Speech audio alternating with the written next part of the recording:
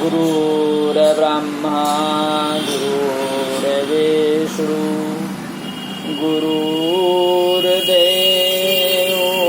महेश्वरा गुरुर्साक्षात् परं ब्रह्म तस्मै श्री गुरुवे नमः। तस्मै श्री गुरुवे नमः। बोलिए श्री सद्गुरुदेव की जय। आप समस्त लोगों को हमारा सप्रेम नमस्कार है।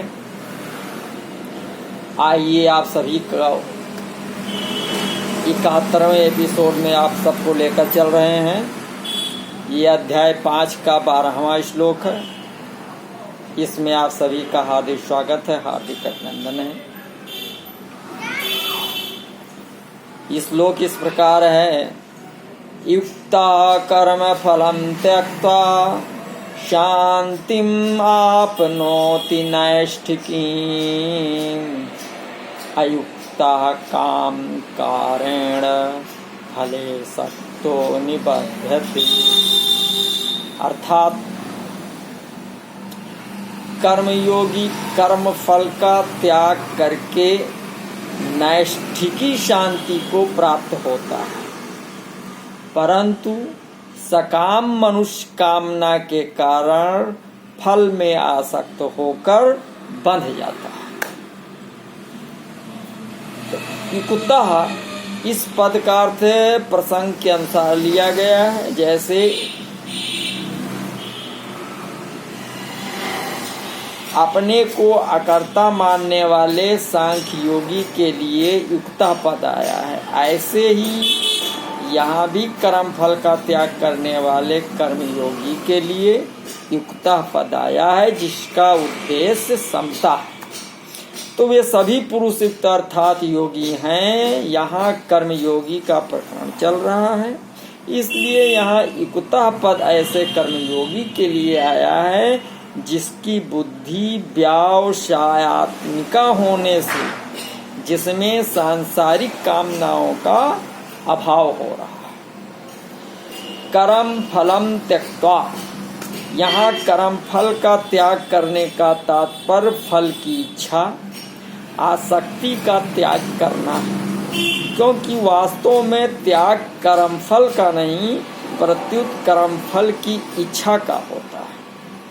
कर्म फल की इच्छा का त्याग करने का अर्थ है कि किसी भी कर्म और कर्म फल से अपने लिए कभी किंचित मात्र भी किसी प्रकार का सुख लेने की इच्छा न रखना। कर्म करने से एक तो तात्कालिक फल सुख मिलता है और दूसरा परिणाम में फल मिलता है। तो इन दोनों ही फलों की इच्छा का त्याग करना है। अपना कुछ नहीं है, अपने लिए कुछ नहीं करना है और अपने को कुछ नहीं चाहिए। तो इस प्रकार कर्ता के सर्वथा निष्काम होने पर कर्म फल की इच्छा त्याग हो जाता है। संचित कर्मों के अनुसार प्रारब्ध बनता है। प्रारब्ध के अनुसार मनुष्य का जन्म होता है और मनुष्य जन्म में नए कर्म होने से नए कर्म संस्कार संचित होते हैं, परंतु कर्म फल की आसक्ति का त्याग करके कर्म करने से कर्म भुने हुए बीज की तरह संस्कार उत्पन्न करने में असमर्थ हो जाते हैं और उनकी संज्ञा अकर्म हो जाती है। वर्तमान में निष्काम भाव पूर्वक किए कर्मों के प्रभाव से उसके पुराने कर्म संस्कार यानी संचित कर्म भी समाप्त हो जाते हैं। इस प्रकार उसके पुनर्जन्म का कारण ही समाप्त हो जाता है। कर्म फल 4 प्रकार के होते हैं। पहला है दृष्ट कर्म फल, वर्तमान में किए जाने वाले नए कर्मों का फल जो तत्काल प्रत्यक्ष मिलता हुआ दिखता है, जैसे भोजन करने से तृप्ति होना आदि। आदृष्ट कर्म फल दूसरा, वर्तमान में किए वर्तमान में किए जाने वाले नए कर्मों का फल जो अभी तो संचित रूप से संग्रहित होता है, पर भविष्य में इस लोक और परलोक में अनुकूलता या प्रतिकूलता के रूप में मिलेगा। फिर तीसरा है प्राप्त कर्म फल, यानी प्रारब्ध के अनुसार वर्तमान में मिले हुए शरीर, जाति, वर्ण, धन, संपत्ति, अनुकूल या प्रतिकूल परिस्थिति आदि। और चौथा है अप्राप्त कर्म फल, तो प्रारब्ध कर्म के फल रूप में जो अनुकूल या प्रतिकूल परिस्थिति भविष्य में मिलने वाली है। तो इस प्रकार 4 प्रकार के कर्म फलों में दृष्ट और आदिष्ट कर्म फल क्रियामाण कर्म के अधीन है, तथा प्राप्त और अप्राप्त कर्म फल प्रारब्ध कर्म के अधीन है। तो कर्म फल का त्याग करने का अर्थ है दृष्ट कर्म फल का आग्रह नहीं रखना तथा मिलने पर प्रसन्न या अप्रसन्न न होना, अदृष्ट कर्म फल की आशा न रखना, प्राप्त कर्म फल में ममता न करना तथा मिलने पर सुखी या दुखी न होना, और अप्राप्त कर्म फल की कामना न करना कि मेरा दुख मिट जाए और सुख हो जाए। तो साधारण मनुष्य किसी न किसी कामना को लेकर ही कर्मों का आरंभ करता है और कर्मों की समाप्ति तक उसी कामना का चिंतन करता रहता है। जैसे व्यापारी धन की इच्छा से व्यापार आरंभ करता है तो उसकी वृत्तियां धन के लाभ और हानि की ओर ही रहती हैं कि लाभ हो जाए, हानि ना हो। तो धन का लाभ होने पर वो प्रसन्न होता है और हानि होने पर दुखी होता है। तो इसी तरह सभी मनुष्य, स्त्री, पुत्र, धन, मान, बड़ाई आदि कोई ना कोई अनुकूल फल की इच्छा रखकर ही कर्म करते हैं, परंतु कर्मयोगी फल की इच्छा का त्याग करके कर्म करता है। यहाँ स्वाभाविक प्रश्न उठता है कि अगर कोई इच्छा ही ना हो तो कर्म करें ही क्यों? इसके उत्तर में सबसे पहली बात तो यह है कि कोई भी मनुष्य किसी भी अवस्था में कर्मों का सर्वथा त्याग नहीं कर सकता। यदि ऐसा मान भी लिया जाए कि मनुष्य बहुत अंशों से कर्मों का स्वरूप से त्याग कर सकता है, तो भी मनुष्य के भीतर जब तक संसार के प्रति राग है तब तक वो शांति से कर्म किए बिना नहीं बैठ सकता। उससे विषयों का चिंतन अवश्य होगा जो कि कर्म है। विषयों का चिंतन होने से क्रमशः पतन की ओर चला जाएगा। इसलिए जब तक राग का सर्वथा अभाव नहीं हो जाता तब तक मनुष्य कर्मों से छूट नहीं सकता। कर्म करने से पुराना राग मिटता है और निस्वार्थ भाव से केवल परहित के लिए कर्म करने से नया राग पैदा नहीं होता। तो विचार पूर्वक देखा जाए तो कर्म फल की इच्छा रखकर कर्म करना बड़ी बेसमझी है। पहली बात तो यह है कि जब प्रत्येक कर्म आरंभ और समाप्त होने वाला है तब उसका फल नित्य कैसे होगा? फल भी प्राप्त होकर नष्ट हो जाता है। तात्पर्य यह है कि कर्म और कर्म फल दोनों ही नाशवान है, या तो फल नहीं रहेगा या हमारा कहलाने वाला शरीर नहीं रहेगा। तो दूसरी बात, इच्छा ना रखें या ना रखें, जो फल मिलने वाला है वो तो मिलेगा ही। इच्छा करने से अधिक फल मिलता हो और इच्छा ना करने से कम फल मिलता हो तो ऐसी बात भी नहीं है। अतः फल की कामना करना बेसमझी ही। निष्काम भाव से अर्थात फल की कामना न रखकर लोक हितार्थ कर्म करने से कर्मों से संबंध विच्छेद हो जाता है। कर्म योगी के कर्म उद्देश्यहीन अर्थात पागल के कर्म की तरह नहीं होते, प्रत्युत परमात्म तत्व की प्राप्ति का महान उद्देश्य रखकर ये लोक हितार्थ सब कर्म करता रहता है। उसके कर्मों का लक्ष्य परमात्म तत्व रहता है, सांसारिक पदार्थ नहीं। तो शरीर में ममता न रहने से उसमें आलस्य, आकर्मण्यता आदि दोष नहीं आते, प्रत्युत वो कर्मों से सुचारू रूप से और तत्परता के साथ करता है। मार्मिक बात इसमें यह है कि जिन कर्मों के करने से नाशवान पदार्थों की प्राप्ति होती है वे ही कर्म निष्काम भाव पूर्वक एकमात्र परमात्म तत्व की प्राप्ति का उद्देश्य रखकर लोक हितार्थ करने से नित्य सिद्ध परमात्म तत्व की अनुभूति में हेतु बन सकते हैं। तीसरे अध्याय के 20वें श्लोक में भी कहा गया है कि कर्मों के द्वारा ही जनकादि कर्मयोगियों को परमात्मा प्राप्ति रूप सिद्धि मिली। और आगे 6ठे श्लोक में कहा गया है कि योग में आरूढ़ होने के लिए कर्म करना आवश्यक है। तो इन सब बातों से ये अर्थ निकलता है कि परमात्मा तत्व की प्राप्ति कर्मों से होती है। पार्वती, मनु, शतरूपा आदि को भी तप रूप कर्म से भगवत प्राप्ति हुई।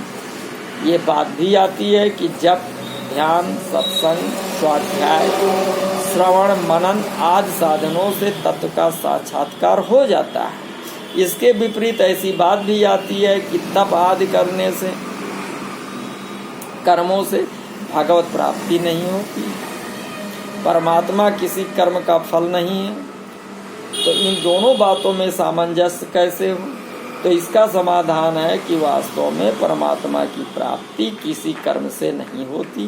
वे किसी कर्म का फल नहीं है। परमात्मा प्रत्येक देश, काल, वस्तु, व्यक्ति, घटना, परिस्थिति आदि में सदा सर्वदा विद्यमान है। वे सदा सर्वदा सबको प्राप्त हैं और सभी प्राणियों की सदा सर्वदा उन्हीं में स्थिति है।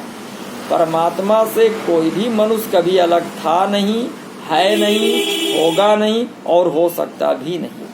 परंतु जड़ प्रकृति के कार्य, शरीर, इंद्रियां, मन, बुद्धि, पदार्थ आदि से अहंता ममता पूर्वक अपना संबंध मानते रहने से मनुष्य परमात्मा से विमुख हो जाता है और जो वास्तव में अपने हैं उन परमात्मा को अपना ना मानकर जो अपने हैं ही नहीं उन नाशवान पदार्थों को अपना मानने लग जाता है।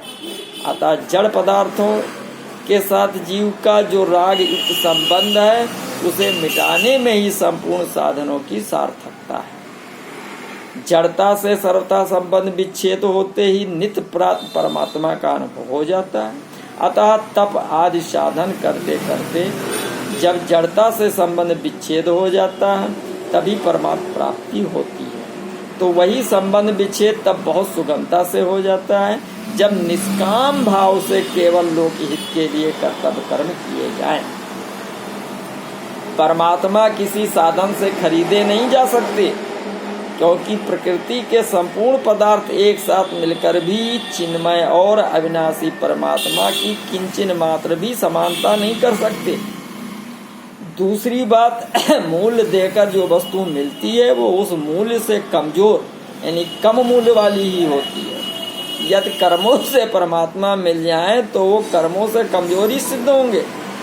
तो यहाँ एक मार्मिक बात समझने की है कि प्रायः साधक जिन शरीर, इंद्रियां, मन, बुद्धि आदि से साधन करते हैं उनका संबंध महत्व और आश्रय रखते हुए ही साधन करते हैं। तो जब तक इन शरीर आदि से यदि किंचित भी संबंध है तब तक जड़ता से संबंध बना हुआ है। जड़ता से संबंध रखते हुए परमात्म तत्व का अनुभव नहीं होता।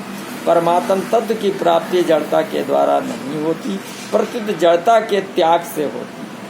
तो जिस जाति का संसार है उसी जाति के ये शरीर, इंद्रियां, मन, बुद्धि आदि हैं।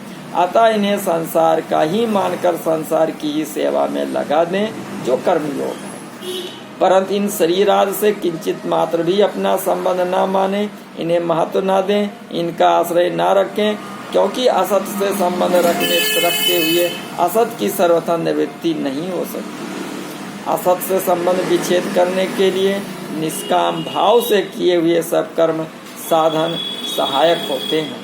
असत से सर्वथा संबंध विच्छेद होते ही परमात्मा से जो विमुखता हो रही थी वो मिट जाती है और नित्य प्राप्त परमात्मा तत्व की अनुभूति हो जाती है।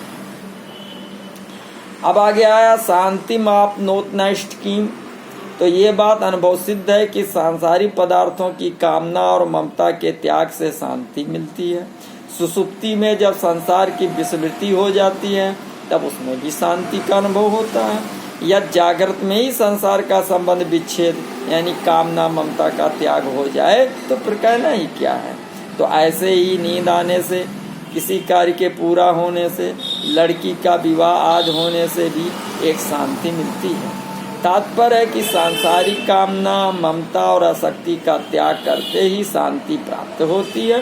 परंतु इस शांति का उपभोग करने से अर्थात इसमें सुख लेने से और इसे ही लक्ष्य मान लेने से साधक की शांति के फलस्वरूप मिलने वाली नैष्ठिक शांति अर्थात परम शांति से वंचित रह जाता है। कारण कि यह शांति ध्येय नहीं है, प्रत्युत परम शांति का कारण है योग आरूढ़स्य तस्यैव समः कारणम उच्यते। संसार के संबंध विच्छेद से होने वाली शांति सत्व गुण से संबंध रखने वाली सात्विकी की शांति है। तो जब तक साधक इस शांति का भोग करता है और इस शांति से मुझ में शांति है इस प्रकार अपना संबंध मानता है, तब तक परिच्छिन्नता रहती है। और जब तक परिच्छिन्नता रहती है तब तक अखंड एक रस रहने वाली वास्तविक शांति का अनुभव नहीं होता। अब आगे आया अयुक्ता काम कारेण फले सक्तो निबध्यते। तो जो कर्म योगी नहीं है, प्रत्युत कर्मी है, ऐसे सकाम पुरुष के लिए यहाँ अयुक्ता पद आया। तो सकाम पुरुष नई नई कामनाओं के कारण फल में आसक्त होकर जन्म मरण रूप बंधन में पड़ जाता है। कामना मात्र से कोई भी पदार्थ नहीं मिलता, अगर मिलता भी है तो सदा साथ नहीं रहता। तो ऐसी बात प्रत्यक्ष होने पर भी पदार्थों की कामना रखना प्रमाद ही है। तुलसीदास जी भी कहते हैं कि अंतों तो ही तजेंगे पामर, तू न तजय अबहीं ते। तो इसका अर्थ ये नहीं कि पदार्थों को स्वरूप से छोड़ दें। अगर स्वरूप से छोड़ने पर ही मुक्ति होती तो मरने वाले यानी शरीर छोड़ने वाले सभी मुक्त हो जाते। पदार्थ तो अपने आप ही स्वरूप से छूटते चले जा रहे हैं।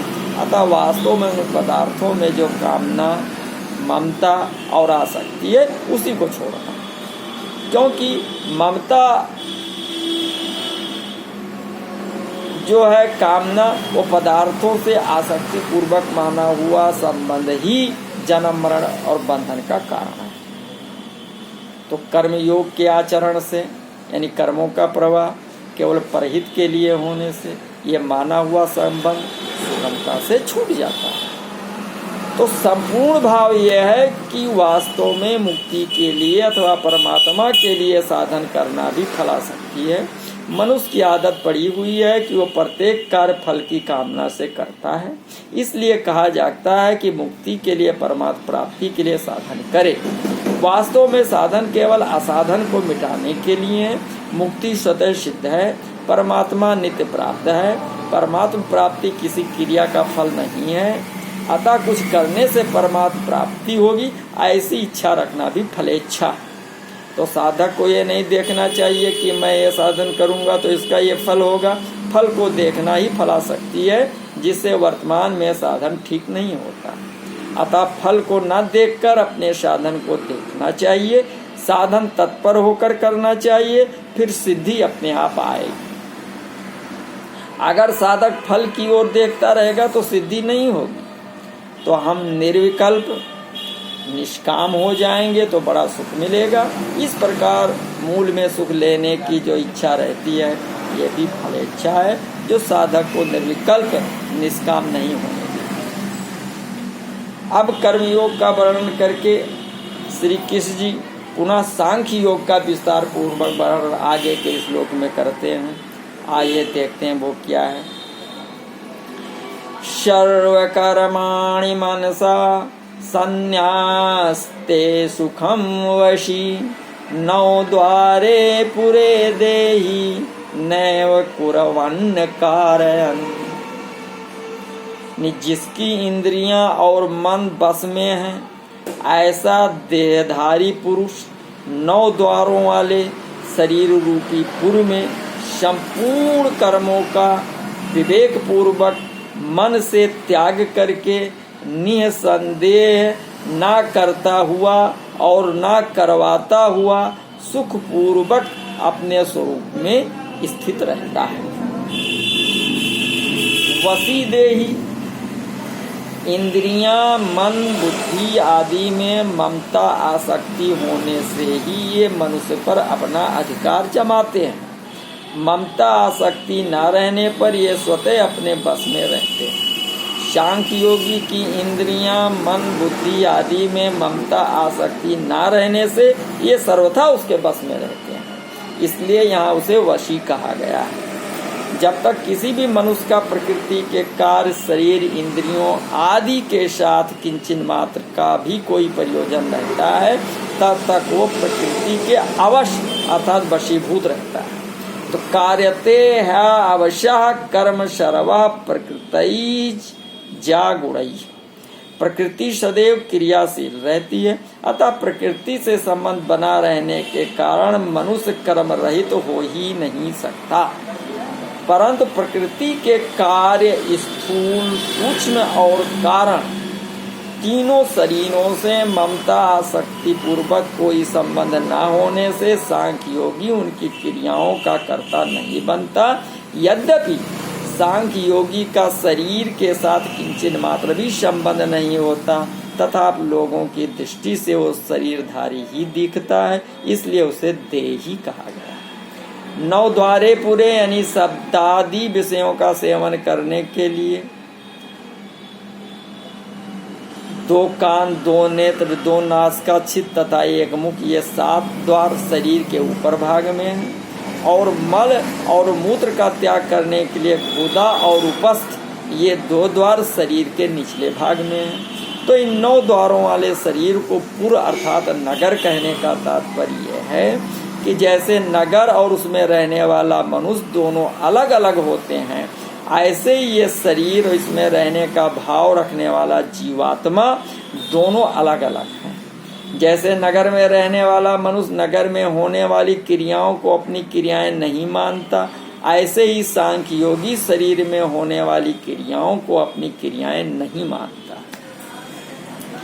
सर्व कर्माणि मनसा संन्यस्य, तो